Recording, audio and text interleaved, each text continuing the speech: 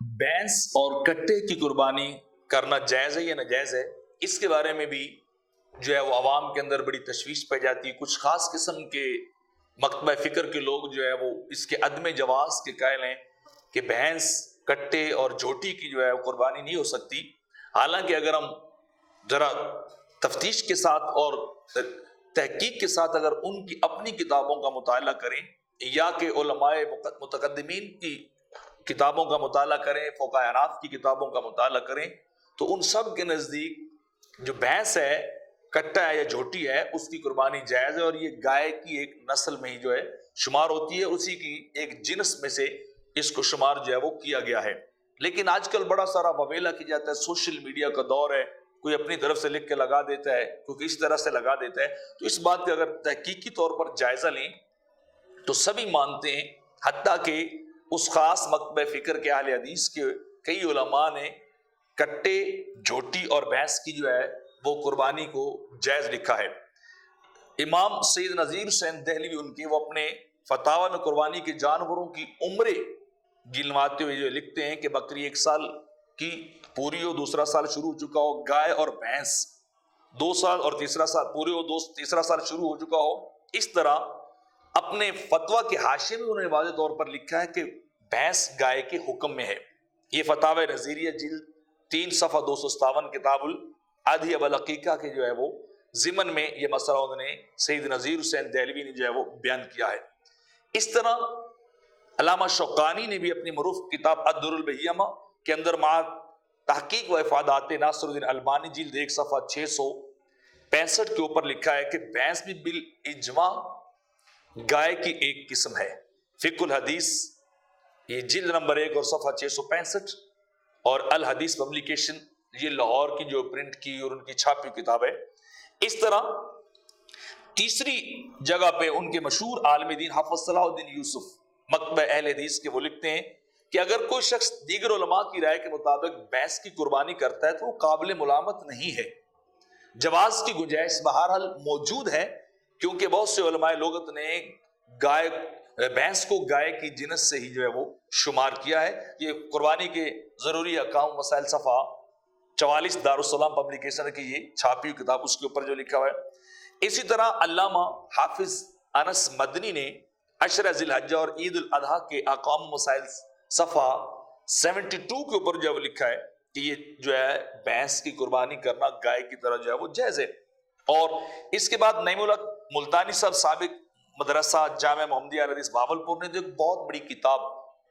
اس عنوان کے اوپر جو ہے وہ لکھی ہے اس نام سے کہ بھینس کی قربانی کا تحقیقی جائزہ، اس میں وہ لکھتے ہیں کہ بھینس بھی پوری امت کے اجماع سے بکر یعنی گائے کی ایک نوع اور جنس ہے، لہذا مذکورہ والا وجوہ کی بنا پر کسی شک شبے کے بغیر جو ہے وہ قربانی اس کی جا سکتی ہے۔ تو یہ تقریباً مکتبہ فکر اہل حدیث کے 5 جو ہے وہ جید علماء اپنی بکس کے اندر جو ہے وہ اس کو مینشن کر رہے ہیں، اس کو لکھ رہے ہیں۔ ہو سکتا ہے مکتبے کی جو ہے وہ بدلی سے صفحے کے اندر جو ہے تھوڑی بہت تبدیلی آ سکتی ہے، لیکن بہرحال ان کے فتاوی جات اور ان کے اقوال جو ہے وہ موجود ہیں۔ اسی طرح جو ہے اور بھی کافی سارے علماء نے اہل حدیث میں سے ابو یحییٰ نور پوری صاحب نے بھی لکھا ہے کہ گائے کے ضمن میں بھینس کو اس کی جنس شمار کرتے ہوئے جو قربان کیا جائے گا اس کی قربانی جو ہے وہ ہو سکتی ہے۔ اور اس طرح بھینس کی قربانی کا تحقیقی جائزہ نعیم الحق ملتانی صاحب نے تو بڑی وضاحت کے ساتھ امام احمد بن ابن حنبل رضی اللہ تعالیٰ عنہ کا قول بھی نقل کیا کہ جب ان سے پوچھا گیا کہ کیا قربانی میں بھینس کی قربانی میں 7 حصے ہو سکتے ہیں، تو انہوں نے کہا کہ مجھے اس میں کسی قسم کا کوئی اختلاف نظر نہیں آتا، بلکہ یہ جو ہے وہ ہو سکتے ہیں۔ اور اسی طرح امام اسحاق ابن راہویہ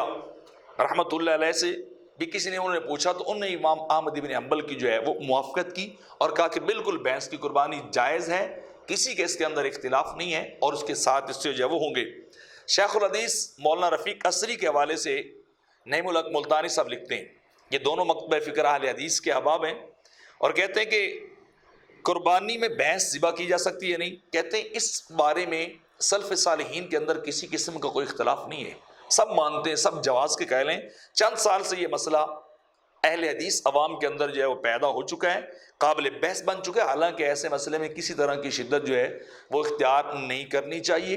اور بھینس کی قربانی کو جو جائز سمجھنا چاہیے اور قربانی کو جو ہے وہ کرنا چاہیے۔ اسی طرح متقدمین اور خصوصی طور پر لغت کے ائمہ حضرات جو ہیں انہوں نے جہاں بھی بکر گائے کا ذکر کیا ہے، جاموس بھینس کو اسی کی نوع جو ہے وہ شمار کی ہے۔ لیس بن ابو سلیم لکھتے ہیں الجاموس والبختی من ازواج الثمانیہ، وہ کہتے ہیں کہ یہ بھینس جو ہے وہ گائے کی ایک قسم ہی ہے اور انہی میں شامل ہے جہاں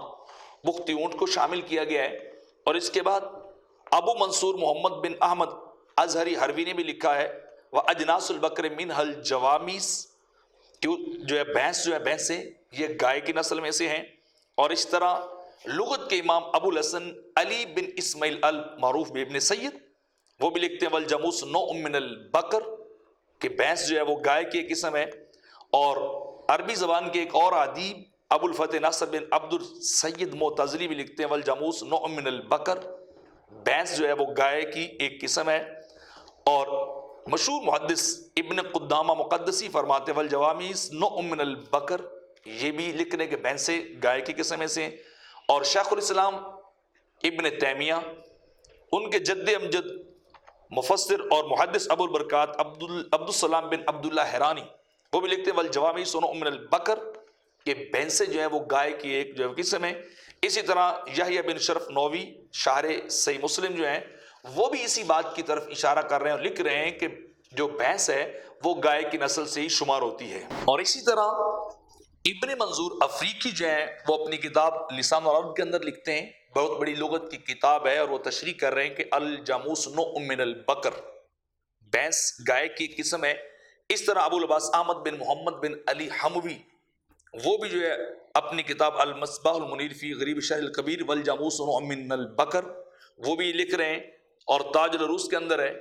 الجاموس نوع من البکر، یہ تقریباً ایک جیسے الفاظ جو بار بار لکھے جا رہے ہیں۔ اور لغت عرب کی مشہور کتاب المعجم الوسیط میں بھی لکھا گیا ہے الجاموس حیوان اہلی من جنس البکر، کہ بھینس جو ہے یہ گھریلو جانور ہے جو گائے کی جو ہے نسل سے ہے۔ تو یہ تقریباً 10 سے 12 ائمہ لغت ہیں جن کی کتابیں اس بات کی گواہی دے رہی ہیں، ان کے اقوال، ان کی تحریریں، کہ بھینس جو ہے وہ گائے کی ایک قسم ہے اور اس کی قربانی کے جائز ہونے میں، جواز ہونے میں کسی قسم کا کوئی اختلاف جو ہے وہ نہیں ہے۔ جس طرح بلکہ انہوں نے تشریحات بھی کی ہیں کہ بکری ہے، اس کے ساتھ بھیڑ ہے، دمبا ہے، بعض کا اور بھی مثال لکھی کہ کئی علاقوں کے اندر جو وہ کراس ہو کے عجیب سی نسل جو ہے پیدا ہو جاتی بھیڑ بکریوں کی، تو جو بھی بھیڑ بکری کی نسل میں آئے گا اس کی قربانی ہوگی۔ اس طرح گائے کی نسل سے جو بھی ہوگا جنس اس کے کچھ شکل، جیسے آج کل ہمارے دور میں بڑی ساری گائے جو پائی جاتی ہے، ولایتی، دیسی، چولستانی، ٹبے والی، اس طرح کے نام مختلف رکھے جاتے ہیں، تو وہ ساری جو ہے وہ کیا ہوگی، ان کی قربانی جائز ہوگی۔